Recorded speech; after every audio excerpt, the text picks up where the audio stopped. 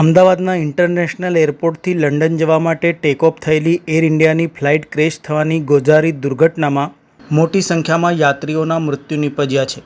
વિમાન દુર્ઘટનામાં આણંદ બોરસદના 78 વર્ષીય મંજુલાબેન પટેલ મૃત્યુને ભેટ્યા છે. મંજુલાબેન પટેલને 10 વર્ષ બાદ લંડનના વિઝા મળ્યા હતા. લંડનના વિઝા મળતા જ મા દીકરો ખુશીથી ઝૂમી ઉઠ્યા હતા.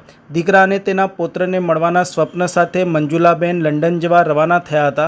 10 વર્ષ બાદ દીકરાને મળવાની માતાની આશા હવે અધૂરી રહી છે.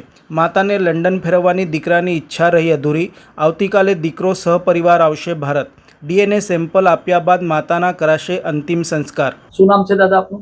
મહેન્દ્રભાઈ પટેલ. મહેન્દ્રભાઈ, મંજુલાબેનનું એ દુઃખદ નિધન થયું છે. કેટલા સમયથી અહીંયા એકલા રહે છે અને તેમને વિઝા ક્યારે મળ્યા અને કેટલી ખુશી હતી? હાલ શું પરિસ્થિતિ, શું કહેશો?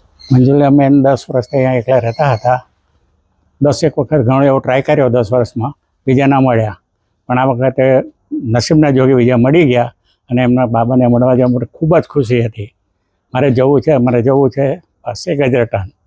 અને વિઝા મળ્યા એની ખુશીમાં તો એટલા બધા ખુશ હતા કે ક્યારેય નીકળી ગયો. અને એ ખુશીની અંદર એવા વિઝા લેવા ગયા. એ મારા સારી થાય છે, મારા ભાભી બી થાય છે. તમારા ભાભી જાય છે, તમે છેલ્લી વખત એમને મળવા કેવું માહોલ હતો? એકદમ એટલી બધી ખુશી હતી કે એજન્ટ સ્વર્ગથી ના ઉતર્યા હોય પારી એ રીતના મૌના પર ખુશી હતી. એમનો દીકરો અત્યારે લંડનમાં છે, એ આવવાના છે કે કેમ?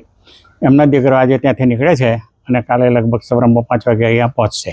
તમારી સાથે જ્યારે દીકરાને વાત થઈ હશે અને આ સમાચાર મળ્યા હશે ત્યારે એટલું બધું રુદન કરતો હતો, મારાથી જોવાતું નહોતું.